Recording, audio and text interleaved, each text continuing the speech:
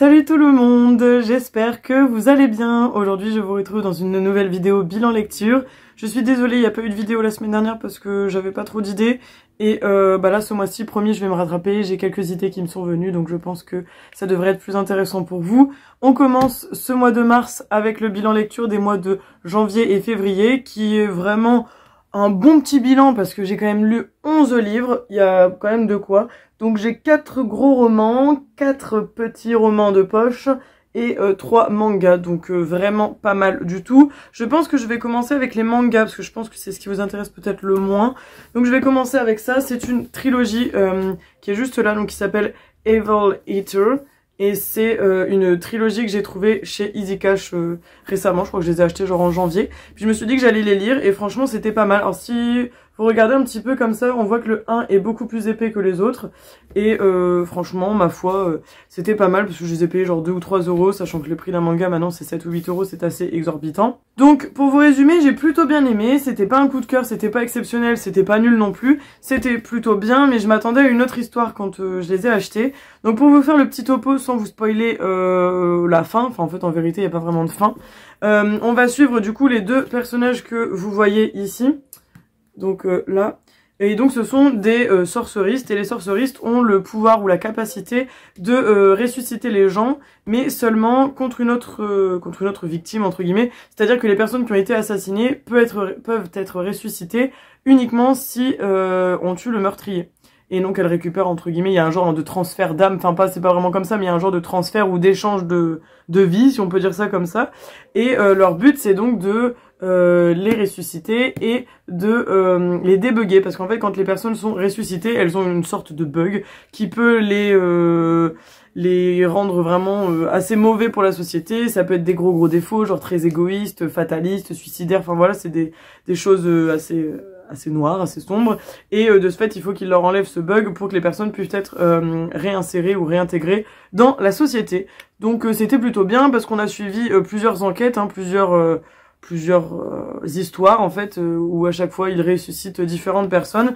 Dans le tome 3, il y a eu un petit peu plus d'action, dans le sens où il y a une personne qui n'avait pas été débuggée qui refait apparition, et il va y avoir une sorte de confrontation entre eux, et puis voilà, je ne vous raconte pas la fin, mais c'était plutôt pas mal. En vrai, il pourrait encore y avoir des suites, je pense. Alors je ne sais pas si la fin a été mise comme ça, histoire de laisser une fin assez ouverte, parce que c'est une fin assez ouverte, ou si à la base il avait prévu de faire plus que ça, et que il l'a arrêté parce que ça marchait pas. Mais je pense pas, parce que dans le 1 c'est écrit une série en 3 tomes, donc c'est que c'était prévu dès le début qu'il y aurait que 3 tomes.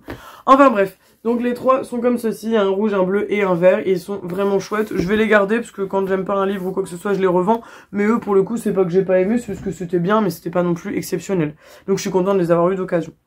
Ensuite, dans mes romans, je vais vous présenter ceux de poche en premier. Alors j'avais lu Chère Mamie tu vas rire, je ne sais plus si vous vous rappelez, je l'ai eu à Noël, donc il y a quelques mois, par ma maman. Je l'ai lu assez rapidement, en 2 jours il est très lu. Donc si vous ne connaissez pas les Chères Mamies, ce sont des livres que Virginie Grimaldi écrit comme si elle écrivait à sa grand-mère. Ce ne sont pas des vraies lettres destinées à sa grand-mère, mais c'est des petites, c'est un petit peu un roman de plage qui est assez léger, et vous avez à chaque fois des petites histoires avec des petites images, comme si elle parlait à sa grand-mère. Et là, ce sont des petites anecdotes toujours assez rigolotes et assez drôles, donc je l'ai bien aimé celui-là. Il y avait Chère Mamie au pays du confinement et Chère Mamie tout court, je crois. Et j'ai écouté un podcast de Virginie Grimaldi sur Spotify la dernière fois, où elle expliquait que les Chères Mamies à la base, elle s'y était mise pendant le confinement, je crois que c'était sur Twitter ou quelque chose comme ça, et quand elle a vu que ça a bien marché, elle a décidé de les éditer pour faire des bénéfices. Donc là c'est à la maison de Vincent, c'est une association qui développe des lieux de vie adossés à l'agroécologie pour adultes autistes, donc plutôt pas mal. Je sais plus si c'est ça à chaque fois, si c'est la même maison, mais c'est plutôt cool je trouve. Donc voilà, ce sont plein de petites anecdotes décrochées, c'était chouette, je l'ai lu très rapidement, et il ira rejoindre ma collection des Chères Mamies, comme tous les autres. Ensuite, j'ai lu 2 livres de Sophie Talmen, donc ça c'est plutôt cool et plutôt chouette, parce que bientôt on va avoir un salon du livre là au mois de mars, où il y aura Sophie Talmen, donc je vais pouvoir retourner la voir, lui faire dédicacer des livres, puisque l'année dernière j'avais lu Les yeux couleur de pluie, que j'avais fait dédicacer, qui était mon premier livre de Sophie Talmen, et le premier livre également d'une trilogie. Et on a la suite de cette trilogie, donc c'est Entre mes doigts coule le sable, donc ça c'est le 2e, et le 3e je ne l'ai pas encore, je crois que le titre c'est genre De battre la chamade si je ne me trompe pas.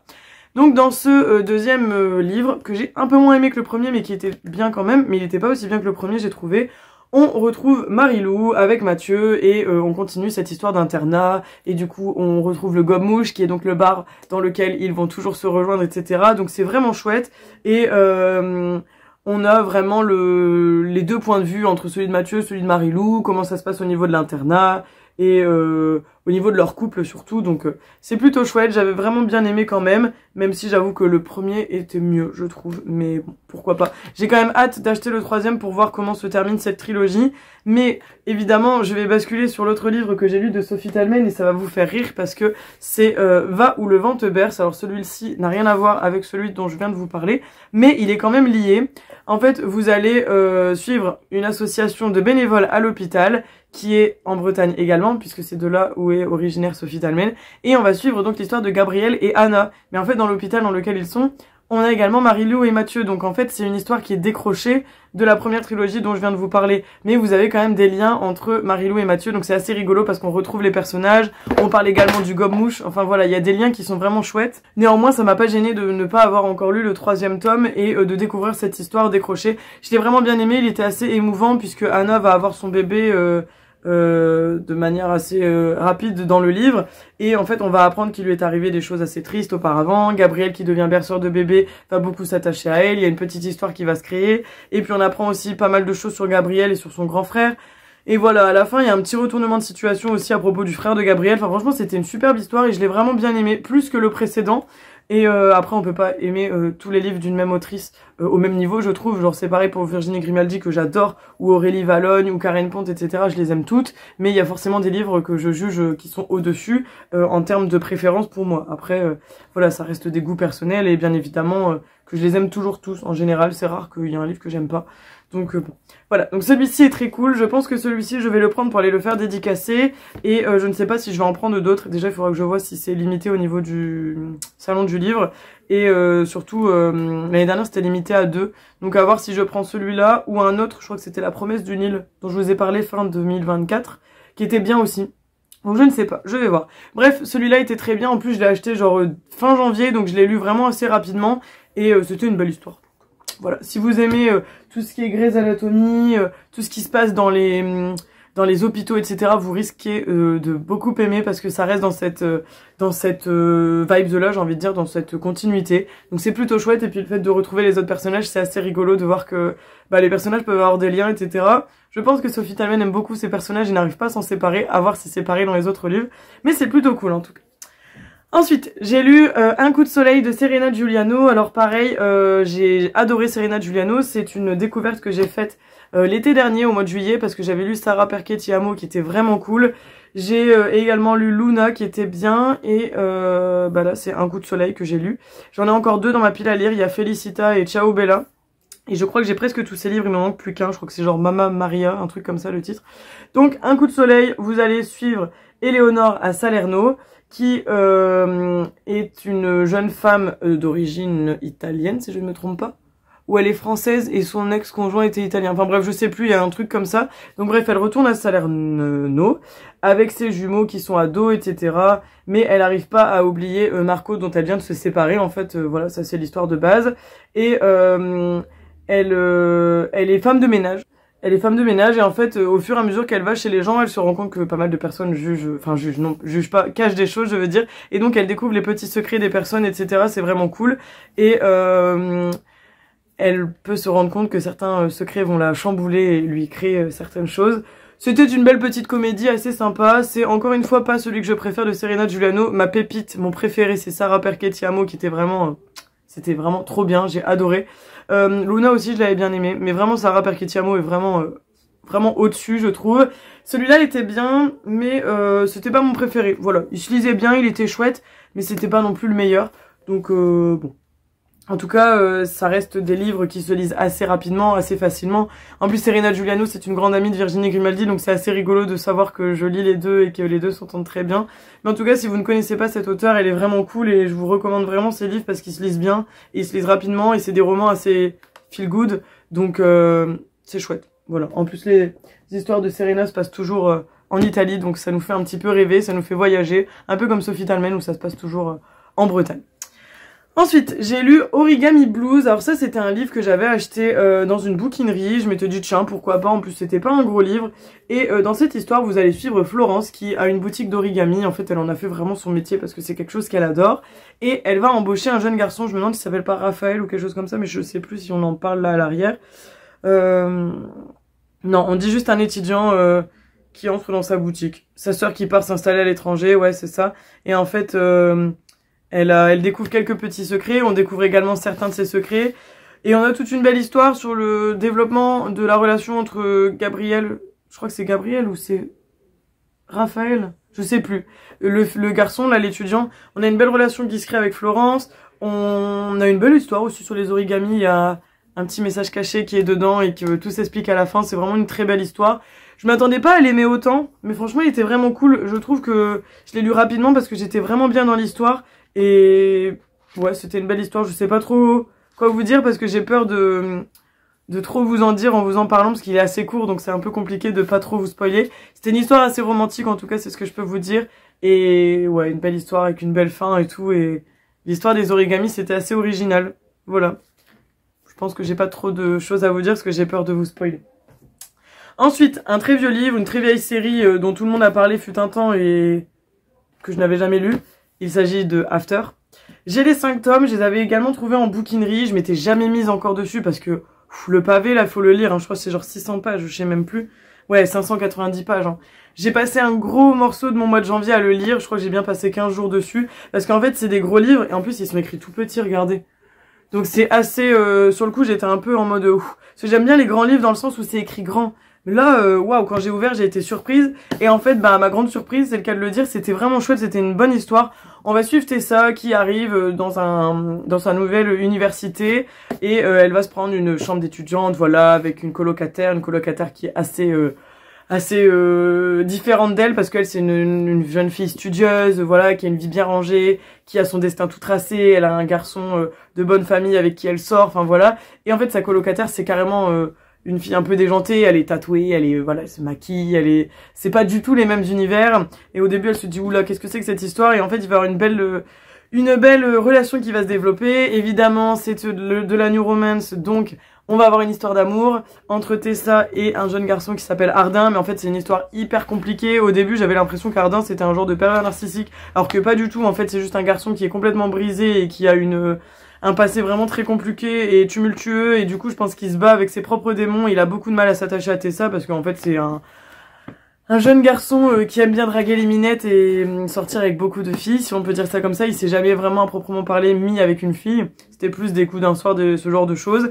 Mais ce qui est bien, c'est que c'était de la new romance, mais pas dans le sens d'Hadès et Perséphone dont je vous ai parlé et que j'ai pas vraiment aimé parce qu'il y avait trop de scènes érotiques, trop détaillées. Là on a quelques petites amourettes et quelques petits détails de début de relation d'ado, voilà. Mais c'est pas dégueu. Genre, c'est mignon. C'est pas, voilà. Donc ça m'a bien plu, j'ai hâte de lire les autres tomes. En plus, le tome 2, je l'avais trouvé en édition collector. Le souci, c'est que c'est des gros livres, donc je pense que je vais les étaler sur l'année. J'aimerais bien finir les 5 livres cette année, comme ça au moins j'aurai tout lu et ce sera encore dans ma tête. N'hésitez pas à me dire vous ce que vous en avez pensé, si vous l'avez lu, si vous trouvez que c'est bien ou pas. C'est un peu de la littérature enfantine quand même, enfin enfantine. Pas la littérature enfantine, mais genre jeunesse, c'est très ado. Mais j'aime bien, c'est pas parce que j'ai presque la trentaine que je ne peux pas me permettre de lire ce genre de choses. Mais bon, c'était cool, j'ai bien aimé et je regrette pas de l'avoir lu. Donc voilà, on va voir un peu... En fait, on se retrouve un peu dans cette histoire d'adolescence, de comment elle vit son adolescence et tout, et comment elle a changé avec les influences des autres et tout. Enfin, voilà, j'ai bien aimé. Ça m'a fait voyager. Je sais qu'il y a aussi des films qui sont disponibles. J'hésite à les regarder. N'hésitez pas à me dire si vous les avez vus ou pas, ce que vous en avez pensé et si ça vaut le coup. Voilà, j'arrête de parler d'After. Ensuite, j'ai encore 2 livres. J'ai celui-là de Raphaël Giordano, donc Heureux les fêlés car il laisse passer la lumière. C'était son dernier quand je m'y suis mise, enfin presque son dernier, puisque il y a eu un dernier livre qu'elle a sorti en octobre. En général, sortir livre en octobre, c'est genre ils vécurent heureux malgré tous leurs enfants, quelque chose comme ça. Donc là, il y a celui-là.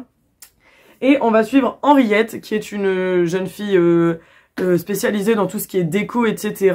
Et en fait, elle est au service d'une dame pour redécorer toute sa maison. Mais un garçon qui est aussi genre architecte ou je sais plus trop quoi, je sais plus son prénom. Je crois qu'on nous le raconte pas là à l'arrière de couverture.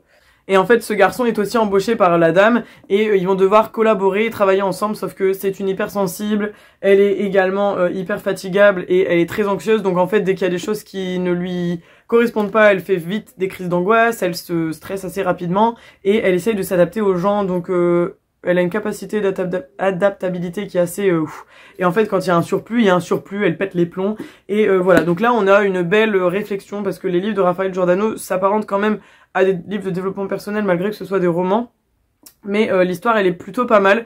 Je l'ai bien aimé. J'avoue que les livres de Raphaël Giordano c'est tout ou rien, c'est soit je les aime bien soit je les aime moins, parce que par exemple Cupidon a des ailes en carton, je ne me rappelle plus de quoi ça parle, mais je crois que je l'avais pas plus aimé que ça. Ou alors c'est Les lions mangent de la salade verte. Je sais plus, il y en a un des deux comme ça que j'avais pas trop aimé. Par contre, Le bazar du zèbre à pois m'avait beaucoup plu. Et celui-ci m'a bien plu aussi. En plus, c'était assez rigolo parce qu'Henriette, elle a un prénom vraiment totalement...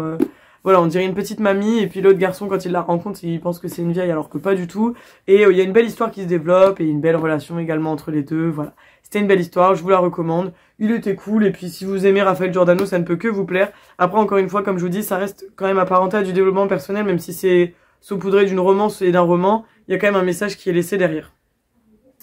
Et je termine avec mon petit coup de cœur, mais évidemment, ce n'est pas tellement surprenant. C'est Virginie Grimaldi, Plus grand que le ciel, que j'ai lu début janvier, puisque je l'avais eu à Noël par ma petite maman. Et c'était assez comique, entre guillemets, puisqu'on va suivre Elsa et Vincent. Et en fait, ils se croisent dans une salle d'attente d'un psy, puisque Elsa a perdu son papa. Donc ça m'a fait beaucoup d'écho, puisque si vous avez suivi mes dernières vidéos, vous savez que j'ai perdu mon papa au mois d'octobre. Donc forcément, ça m'a fait beaucoup d'écho quand je l'ai lu. Je sais que Virginie Grimaldi a également perdu son père il y a quelques temps. Je sais plus si ça fait déjà un an ou deux, ou plus ou moins, mais je sais qu'elle l'a perdu. Donc je pense que c'est aussi pour ça qu'il y avait une histoire comme ça. Vincent, en fait, on va se rendre compte qu'il a aussi un passé assez compliqué et que c'est pour ça qu'il consulte un psy. Et en fait, à chaque fois que les deux parlent, ils parlent à leur psy, mais le psy ne répond jamais. Et en fait, j'ai l'impression que c'était comme si c'était nous, le psy. Et donc on était là pour les écouter, pour les lire et pour savoir ce qu'ils ressentaient. Ils vont développer également une relation. Ils se partagent des douleurs, des blessures. Et c'est vraiment une très belle histoire. Et ce rendez-vous, il était vraiment très beau. C'était c'était pour montrer que quand on a des instants fragiles, bah il y a quand même des moments où on peut vivre des belles choses. Et j'ai beaucoup aimé ce livre. Franchement, c'est un de mes préférés. Il est rentré dans ma catégorie de mes livres préférés de chez Grimaldi. Après Grimaldi, ils sont tous vraiment bien. Je trouve que c'est une auteure que, waouh, ces livres, ils sont vraiment chouettes. Après, je sais que c'est tout ou rien. Soit on l'aime bien, soit on l'aime pas, apparemment. Mais j'aime beaucoup ce qu'elle fait, même si c'est considéré comme de la littérature feel good ou des romans de gare, des romans de plage. Moi, ça me dérange pas. Mais j'aime beaucoup et ça a été un gros coup de cœur parce que, comme je vous dis, ça a un peu fait écho à ma situation dernièrement. Et je sais pas si c'était le destin ou pas qui a fait que je l'ai lu. Parce que franchement, j'avais pas fait attention que c'était écrit qu'elle venait de perdre son père, parce qu'ils en parlent dans la 4e de couverture. Et moi, en fait, quand j'ai regardé ma pile à lire, j'ai dit, oh allez, je vais prendre celui-là, il me donne envie. Et voilà, comme quoi, des fois, on choisit des livres peut-être pas trop au hasard, mais bon. Bref, voilà, j'ai terminé. Bah écoutez, c'était plutôt un bon bilan. Je pense que dans l'ensemble, c'était plutôt de très bonnes lectures. Vous avez pu le remarquer, en général, je vous ai dit que ce que j'ai lu, c'était plutôt bien. Je suis assez satisfaite.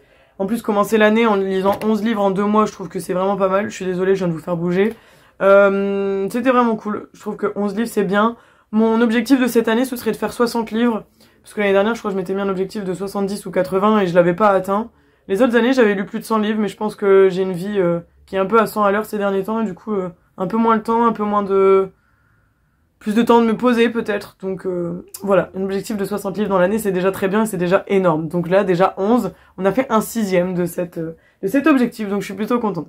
Écoutez, sur ce, je vous laisse. J'espère que cette vidéo n'était pas trop longue. N'hésitez pas à me dire en commentaire ce que vous avez lu ces derniers temps, s'il y a un livre parmi ma sélection que vous avez lu, qui vous a peut-être plu ou pas, si vous en connaissez, si vous ne les avez pas encore lus, si vous les avez déjà lus, si vous comptez les acheter, enfin peu importe. Dites-moi tout ce que vous pensez et surtout ce que vous lisez en ce moment, ça m'intéresse énormément. Et puis bah sur ce, je vous fais plein de gros bisous. Je ne sais pas encore si je vous ferai un bilan des lectures du mois de mars début avril ou si début mai je vous ferai un bilan pour mars-avril. Parce que peut-être que tous les 2 mois c'est peut-être pas mal non plus, c'est juste que les vidéos sont un peu plus longues, donc je sais pas trop. On verra, ça dépendra de ce que j'aurai lu et s'il y en a beaucoup ou pas. Je vous fais plein de gros bisous, surtout restez connectés parce que la semaine prochaine, normalement, je croise les doigts si tout va bien, ça va être une super vidéo, j'espère, en espérant que je reçois le colis à temps. On verra bien. Bref, je vous fais plein de gros bisous et je remercie également les derniers et dernières abonnés parce que là du coup on le voit pas parce qu'en plus je l'ai pas remis à jour, mais je suis à 2781 abonnés, donc c'est trop cool, j'arrive proche des 2800, c'est vraiment chouette, je suis vraiment trop contente, j'espère que cette année je pourrai atteindre les 2800, peut-être les 3000, on verra, je croise les doigts, ce serait trop chouette. Merci beaucoup, je vous fais plein de bisous et on se retrouve la semaine prochaine, prenez soin de vous, ciao ciao.